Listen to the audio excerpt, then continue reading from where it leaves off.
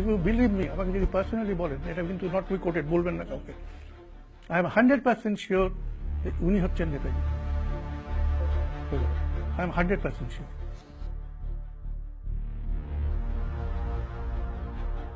বিচারপতি তথা মুখার্জি কমিশনের প্রধান মনোজ মুখার্জির স্পষ্ট স্বীকারোক্তি আগেই নাড়া দিয়েছিল উত্তরপ্রদেশের ফৈজাবাদের গুমনামী সন্ন্যাসীকে নিয়ে। এবার উত্তরপ্রদেশের ফৈজাবাদের ট্রেজারিতে গুমনামী সন্ন্যাসীর বাক্সগুলি খোলা হতেই রহস্য যেন আরো উন্মোচিত হয়ে এল। বাক্সগুলিতে কি কি ছিল তা আমরা আপনাদের বিভিন্ন অনুষ্ঠানে দেখিয়েছি নানাভাবে। এবার সরকারিভাবে স্বীকৃতি পাওয়া জিনিসগুলোকে একটু চাক্ষুষ করে নেওয়ার পালা।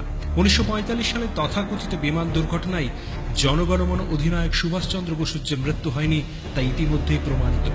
বিচারপতি মনোজ মুখার্জি তার তদন্ত কমিশনে ইতিমধ্যেই প্রমাণ করেছেন 1945 সালের 18ই আগস্ট কোনো বিমান দুর্ঘটনা ঘটেনি তাইওয়ানে। 1945 সালের 18ই আগস্টের পর নেতাজির মাঞ্চুরিয়া হয়ে হারবিন কিংবা কখনো রাশিয়া, চীন বা ভিয়েতনামে তার উজ্জ্বল উপস্থিতির প্রমাণ আমরা তুলে ধরেছি। তিনি যে ভারতেও ফিরে এসেছিলেন তার নানান প্রমাণ আমরা ইতিমধ্যেই সামনে এনেছি। নেপাল বর্ডার হয়ে কখনো উত্তরপ্রদেশের নৈমিষারণ্য, কখনো অযোধ্যার বিভিন্ন স্থানে কিংবা ফৈজাবাদের রামভবন, তার একাধিক জায়গায় থাকার হদিশ মিলেছে। কিন্তু তামাম মিডিয়া কুল এবং দেশবাসীর চোখ ছিল ফৈজাবাদের রামভবনের দিকে।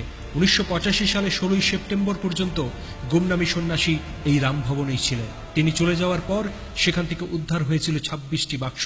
সেই বাক্সগুলি ফৈজাবাদের ট্রেজারিতে রাখা ছিল। সম্প্রতি আদালতের নির্দেশে সেই বাক্সগুলি খোলা হয়েছে। আসুন আমরা দেখে নিই ঠিক কি কি পাওয়া গিয়েছে এই বাক্সগুলিতে। বাক্সে পাওয়া যাওয়া জিনিসগুলি কি আদৌ প্রমাণ করে যে ফৈজাবাদের গুমনামী সন্ন্যাসী সুভাষ ছিলেন? বাক্সের মধ্যে মিলেছে নেতাজির পুরো পরিবারের ছবি, যাতে দেখা যাচ্ছে বাবা, মা, ভাই এবং পরিবারের অন্যান্য সদস্যদের সঙ্গে তিনি দাঁড়িয়ে আছেন। মিলেছে নেতাজির বাবার সাথে নেতাজির কিশোর বয়সের ছবি, মিলেছে নেতাজির বাবা জানকীনাথ বসু এবং মা প্রভাবতী দেবীর পৃথক ছবি এবং বাবা জানকীনাথ বসুর একটি বাঁধানো ছবি। প্রশ্ন উঠছে, ফৈজাবাদের গুমনামী সন্ন্যাসী যদি সাধারণ কোনো সন্ন্যাসী হয়ে থাকেন তাহলে নেতাজির পরিবারের এত ছবি তার কাছে গেল কি করে? মিলেছে জার্মান বাইনোকুলার, যা যুদ্ধে ব্যবহৃত হয়। মিলেছে সামরিক মানচিত্র। আমরা জানি দ্বিতীয় বিশ্বযুদ্ধের সময় নেতাজির বেশিরভাগ সময় কেটেছে জার্মান, জাপান, চীন, ভিয়েতনাম, রাশিয়া সহ বিভিন্ন দেশে। এই দূরবীন কি তবে সেই চিহ্ন বহন করছে? মিলেছে জার্মানের সেলাই সূচ এবং বিদেশি ঘড়ি। অর্থাৎ গুমনামী সন্ন্যাসী যে কোনো সাধারণ মানুষ ছিলেন না তা স্পষ্ট বোঝা যাচ্ছে এই সমস্ত বিদেশি জিনিসপত্র দেখে।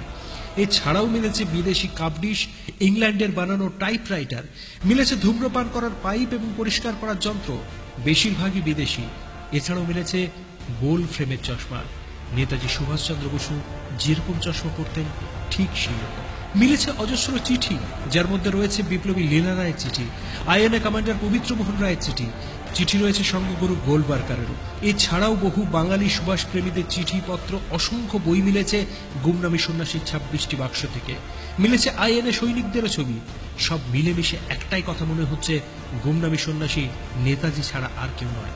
রামভবন সূত্রে দাবি করা হয়েছিল 1985 সালে 16ই সেপ্টেম্বর মৃত্যু হয়েছে গুমনামী সন্ন্যাসীর। অথচ রামভবনের সিং পরিবারের সদস্য শক্তি সিং গুমনামী সন্ন্যাসীকে শ্রদ্ধা জানাতে, সম্মান জানাতে যে শহীদ বেদি তৈরি করেছেন তাতে স্পষ্ট রয়েছে জন্মের তারিখ, অথচ মৃত্যুর কোনো তারিখ নেই। সেখানে রয়েছে জিজ্ঞাসা চিহ্ন।